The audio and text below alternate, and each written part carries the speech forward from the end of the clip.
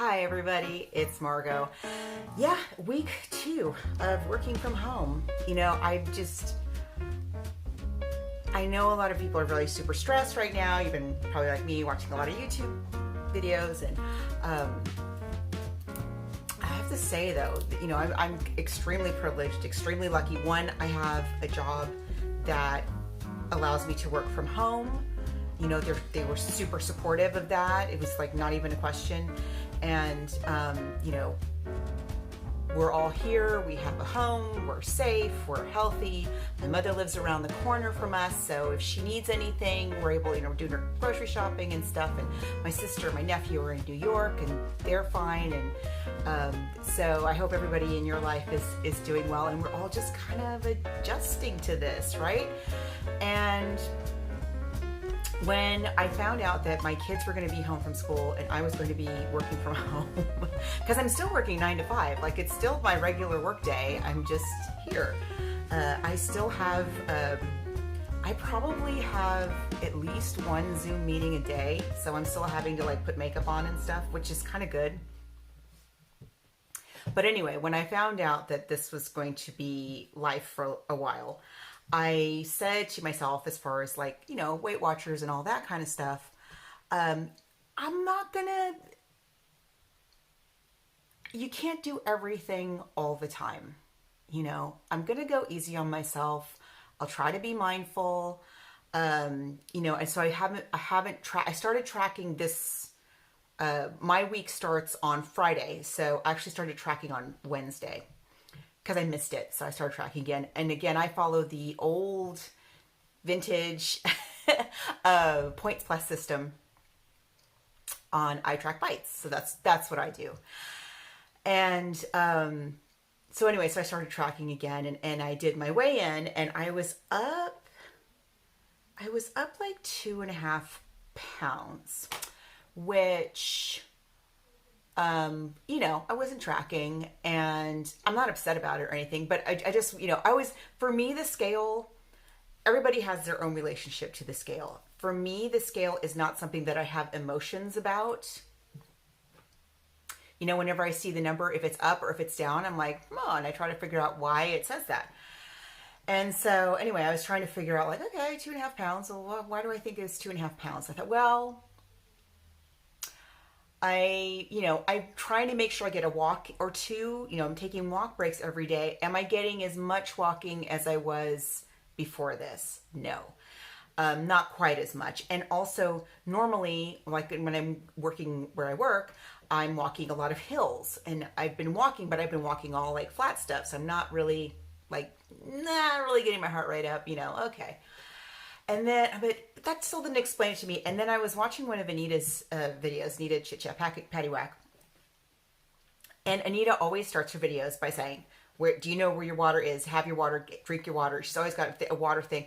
And I was like, oh my gosh, I've not been drinking my water.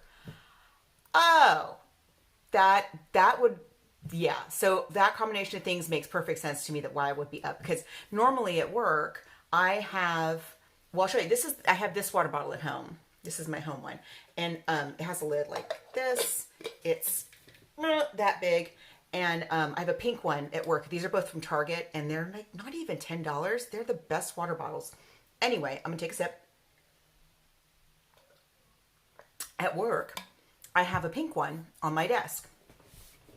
And I always try to make sure I don't sit for too long at a time. You know, so I have like a little timer thing to remind me every hour to get up. So usually I get up, I go, I fill my water bottle, or I get up and I drink some of my, you know, I have a lot of breaks related to water, is what I'm saying, normally throughout my day. But since I've been here, this water bottle normally lives on my kitchen counter. So usually by the time I get home from work, I've had more than enough water for the day. But I haven't moved this from my kitchen counter. And so I realized like, I have not been getting anywhere near. No wonder I'm so tired. No wonder my skin is so dry. Like, so thank you, Anita, for the YouTube reminder to drink my water. So I have now moved my water bottle to my desk. That's the other thing, is I've had to set up, this is, I say my desk, but I actually got rid of my desk after I finished writing my book. I had this desk. It wasn't like a fabulous desk, but it was in the living room and it wasn't that nice looking. And we got this other nice antique and we put it in its place. And I found this really cool, if I have a picture, I'll put a picture of it at Goodwill. I found this really cool desk from the 1950s. And I put that in our bedroom and this using it as like a vanity mainly. And, you know, to do my makeup and maybe a little light blogging. That's about it. Not like a 9-to-5 desk. And so, anyway, so I've had to set that up here. It's not that great looking. But I'll try to get a better setup and then maybe I'll share it with you. I'll share something on the desk with you. I'll show you in a bit. Anyway, so yeah, you know, it's a big period of adjustment and it's okay to take your time to adjust to these things. But so far it's been okay. So far it's been all right.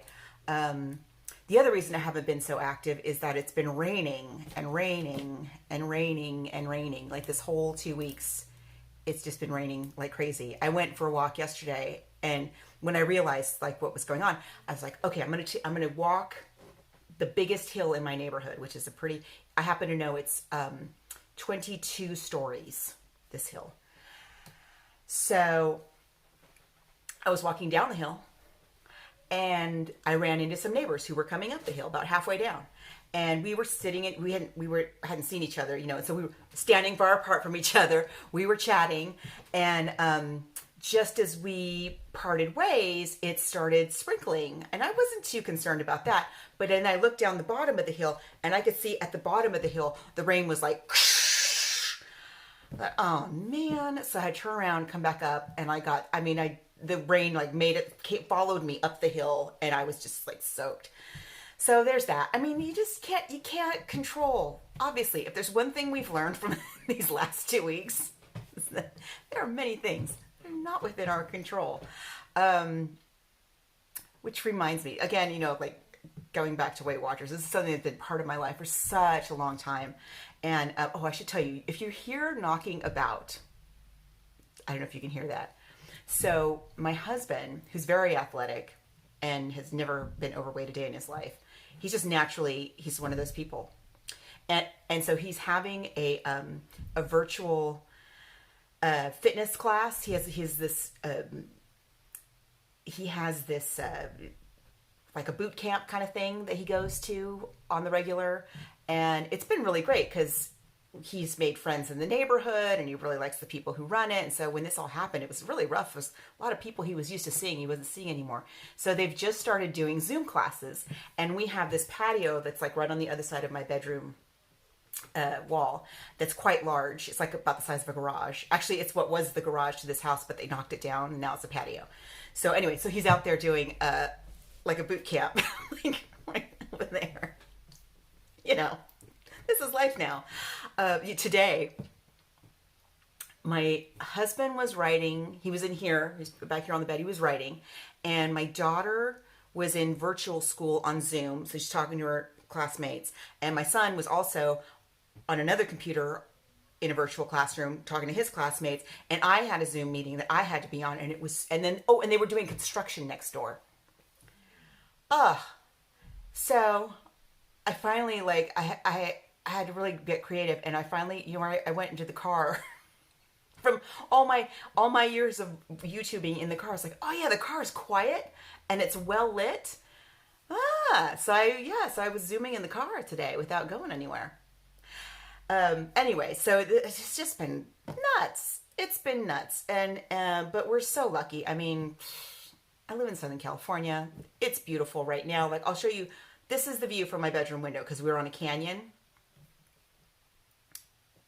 We have loads of supermarkets that are very well stocked. No toilet paper because there's no toilet paper on Earth anymore. I don't know if you heard. Apparently, we're not allowed to have it anywhere in any country anymore. I don't know what we did or said, but here we are. Anyway, I can get everything else. I can get milk, I can get eggs, I can get coffee. I get fruits and vegetables that are fresh. Thank you, farm workers. Thank you, grocery store workers. Thank you, pharmacy and drugstore workers. I was able to get my mom's prescriptions for her, and we're very, very fortunate. So mostly what I have not felt fear, but But really, being this whole experience, I've just felt so grateful every day, every single day.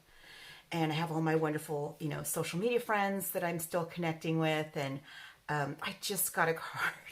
I'm going to cry. I just got a card from, I had to cancel 2 author events in Oxnard this month, or, in Ventura County. And whenever we go up there, we always stay with the same friend. I mean, and she just never, she must be sick to death of me and my mom. And yet every time we come up, she's like, yeah, come on over. And I remember thinking, like, when my events got canceled, I was like, oh, good. She'll finally have a break from us. And today I got a card from her. She sent me a card like, just thinking about you, missing you, and I hope you're okay. And we're so lucky. So anyway, that's what's going on around here. And I don't know, I'll come on and share what's happening, and please let me know what's happening with you guys. How are you all feeling? And are you sticking with your programs? And how do you feel about it? Because sometimes, and I'll talk about this in a later video, I'm sure, sometimes it can give you, just that little moment of sanity in your day. Like you have this one little thing of tracking your food that kind of makes you feel like you're in control a little bit in a crazy situation like this. So we can talk about that a little bit later. But anyway, that's just it. I wanted to come on and say hi. And I told you I'd share something with you that is on my desk. I'll show you my lamp, my desk lamp, because I've had it for a really long time. All right, take care. See you soon. And we'll just see. Maybe one day the toilet paper will come back. And what will we do then? How will we celebrate? Can you hear him? He's like, it sounds like a horse galloping next door. Let me just back this up. Yeah. So this is my lady lamp. Well, there's a lot of stuff going on in this little tiny corner of my desk. So this lamp, though, I was in high school, and it was one of a pair of lamps. Obviously, it's like from the 50s, and there were 2 of them, and I bought them in a thrift store, I think. And it had a different shade. This is another vintage shade from another vintage lamp that has since broken, and I put it on this lamp. Anyway, so I kept one, and I gave the other one to my best friend, who is still my best friend. And we have had these 2 lamps for, so let's see, that's now over 30 years. Over 30 years, and the lamps are probably like 70 some years old.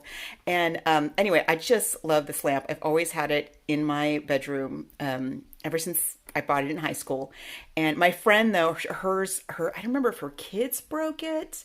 Hers got broken, and hers is like glued together. It looks like it's really a mess, but she still has it. She's still hanging on to it. Anyway, that's my lady lamp. This little guy here, you can see it's got dragonflies on it. That belonged to a dear friend of mine who is no longer with us. And she loved anything dragonfly. And she had all kinds of dragonfly things in her home. And so we each got a little dragonfly thing. So that I always have that there to remind me of her. And let's see, what else have I got? Let's talk, okay, so that's like some crystals that people have given me. And then this... this weird looking rock is a piece of limestone, and I just got this in November. Some friends and Todd and I went to San Antonio, Texas for a wedding. Another friend was getting married there. And so we went all around San Antonio. We had the best time ever. And we went to the so-called Japanese gardens. And, if you live especially if you live on the West Coast, like there's a lot of Japanese gardens around. And like we have a beautiful one here in San Diego. Of course, the Portland one is it's supposed to be one of the finest ones in the world. And we're walking around this garden like, this doesn't really seem very Japanese. There's some koi, but it was weird. And so we looked up the history of it, and it was not Japanese. And anyway, it has a very interesting, slightly disturbing history. It's all made of limestone. I'll put in a picture here that I took of that, one of the pictures that I took there that day. So everything is made of limestone. And anyway, so one of the disturbing things that we learned after we left was that all of the limestone structures, so this is a piece of limestone I stole. I'll be frank, I stole it just because it was so weird. So all of the limestone structures in this place, and there's a lot, all built by prison labor, as it turns out. And so yeah, some poor Texas prisoner hacked that piece of limestone. Who knows what crime they committed or how they felt about it. Yeah, don't know.